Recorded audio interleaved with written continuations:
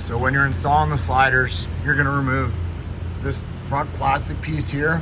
There's 1, 2, 3, and then you're gonna skip those 3, and then you're gonna go back here, and then it's 1, 2, and 3. You're gonna remove those 3.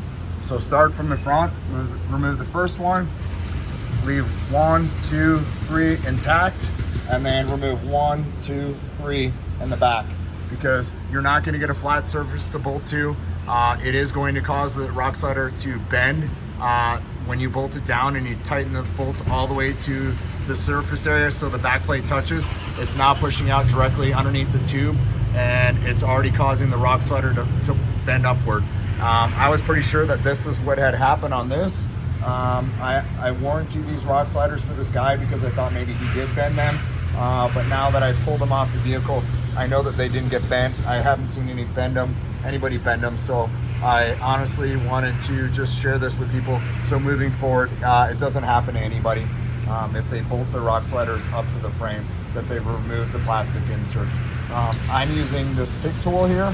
You can just grab the corners of them and just pry out on them, or a screwdriver works as well. So anyways, hope this helps you guys when you're installing your rock sliders. And then it uses all the factory bolt holes here.